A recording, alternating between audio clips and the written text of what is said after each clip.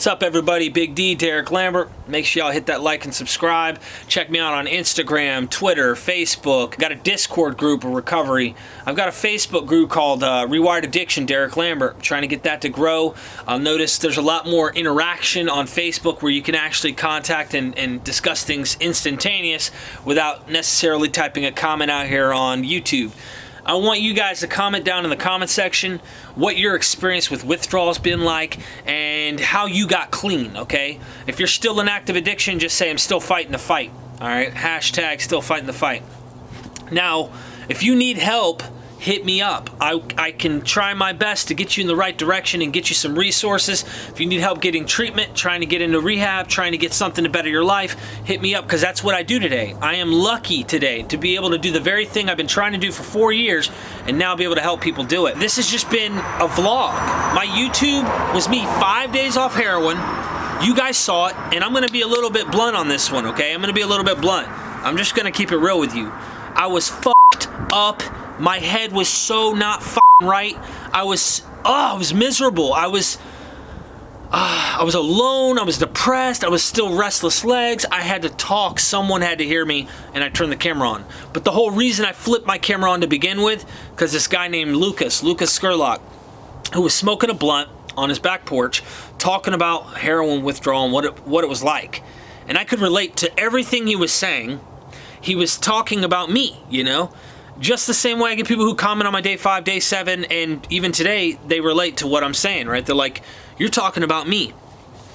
And while I was laying there watching this guy, I saw him get to day 30, and I said, dude, this guy looks so much fucking better. I want what you have, man. I want to feel like you feel. And then the guy relapsed.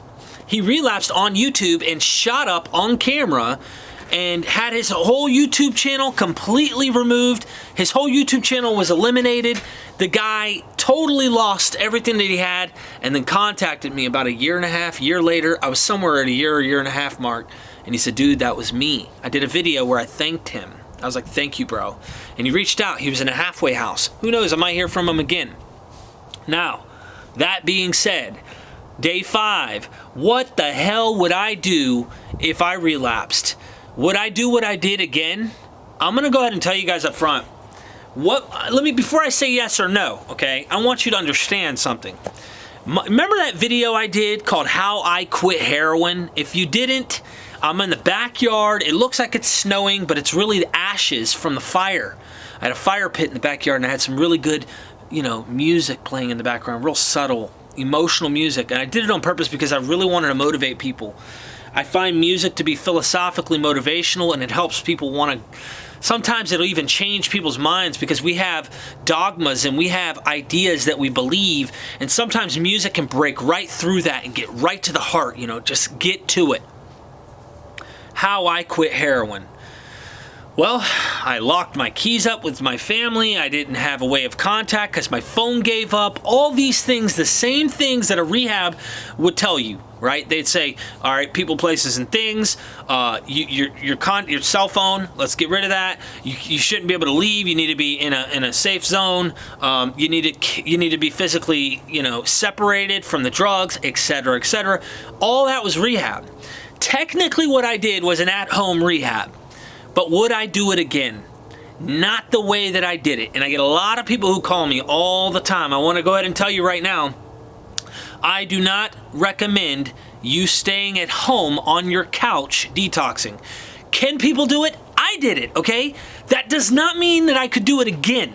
All the stars lined up. My phone stopped working even when I wanted it to work. If it would have worked, I'd have called the dope man. The studies, the statistics are not in our favor. They're not. They say less than 1% of people actually withdraw and detox at home and make it. That means 99+% of people fail and cannot do it at home. What would I do differently? If I relapsed right now, being that I don't have insurance right now, medical insurance, I would try to get in a facility that medically assisted me to come off the chemical so that I was able to sleep, number one, and really pursue in my mind while I'm there any form of treatment that they're offering. That's me. I went to 12 steps. That's the way that I went. Not everybody has to go that way, but it worked for me because I worked it, right? They say that it works if you work it. That goes for any treatment program that you do. Anything that you do that can involve recovery can work. There's faith-based programs for those of you who have faith and who are into the faith stuff. There are those of you who aren't into faith. There's smart recovery. There are options to get clean, right? And I'm preaching, you know what I'm saying? I'm preaching, but I get people who call me all the time and, man, I'm going to my grandma's Tuesday, bro. I'm going to detox on her couch. Say what? And I hope that's not what the message I'm trying to give away on my day 5, day 7. Tell me if it is, because that's not what I'm trying to convey. Go home and detox on your couch. If anything, I'm showing that you can get off heroin and that this vicious cycle is insane. I didn't have insurance when I was on that couch either. It sucks that our system works the way it does, too. It really, really does. Because, dude, there's so many great people who reach out to me who don't have insurance, who don't get the greatest treatment. But that's just the way it works. Some of you guys might need to go to outpatient. But for me, and if you're anything like me, you might relate.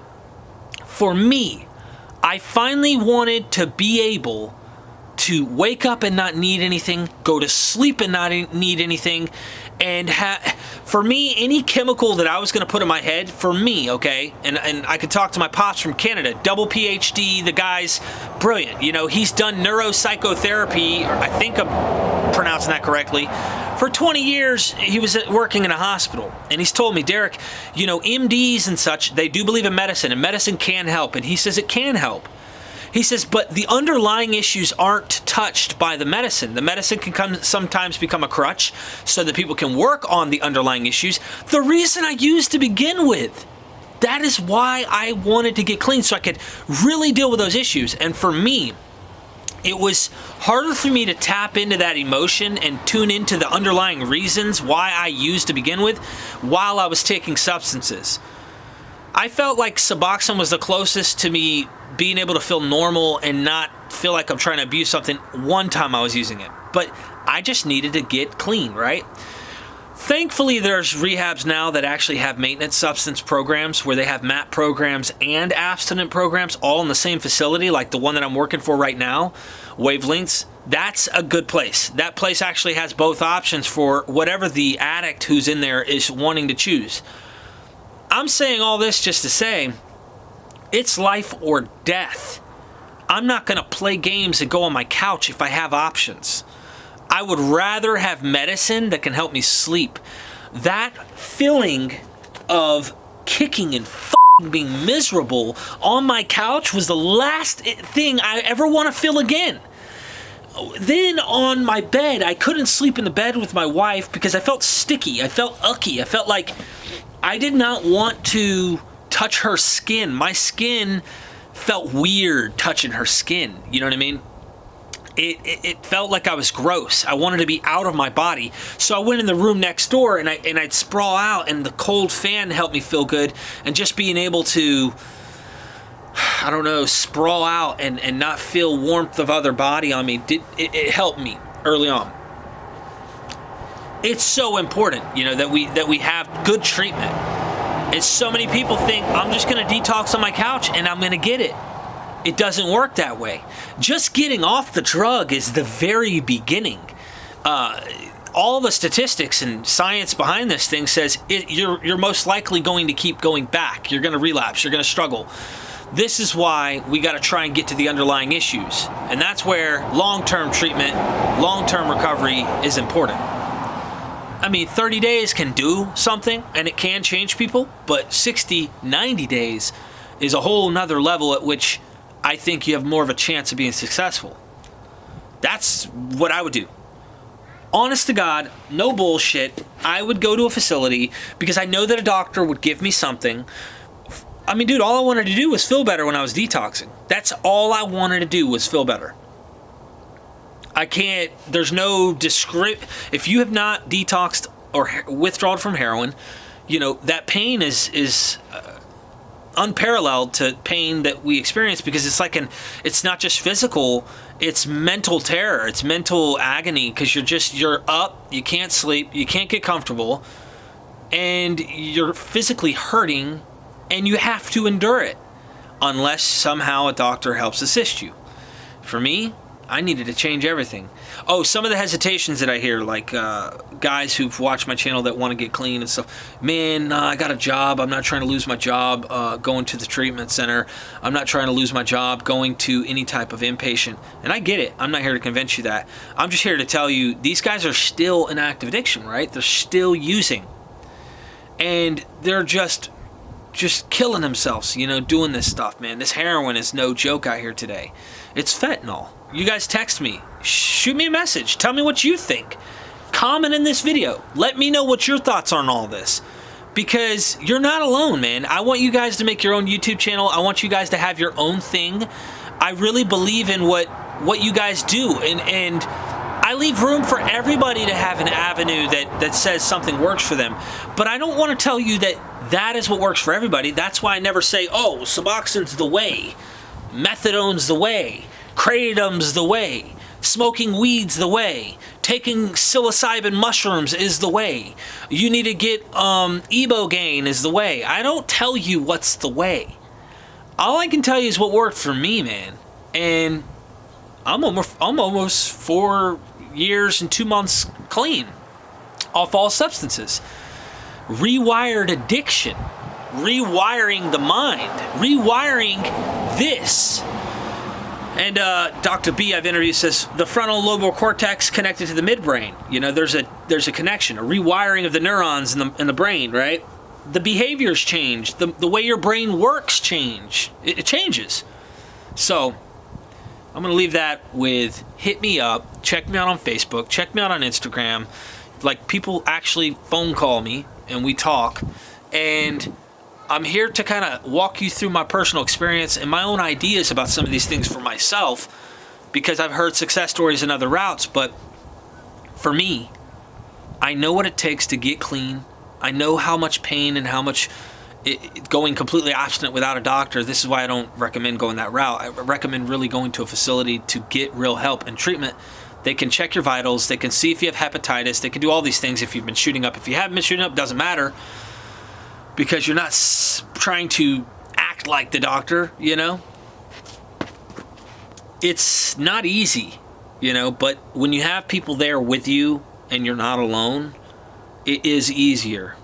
So reach out while you can, man. Tell me your own experience, and let me know what you think on my day 5, day 7.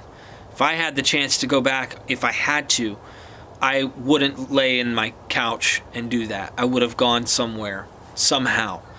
And I get it. I've had bad experience at a detox center one time. It was called Roxy, and they actually closed it down in Fayetteville, North Carolina. They closed it down. That place sucked, but it was a state funded. I had no insurance. I went for free. They were going to keep me there for 7 days, and I checked myself out after 2. That's the place that the doctor told me, Derek, your odds are not in your favor for being successful and staying clean. You need help. They wanted me to go into inpatient after I left there to some Myra Varese, which is another place that's more long-term. Man, it doesn't matter where you go. If you don't want it, you won't get it. But there are places that help you, that can help you be more successful, if that makes sense. And getting around the right people, places, and things is a good start.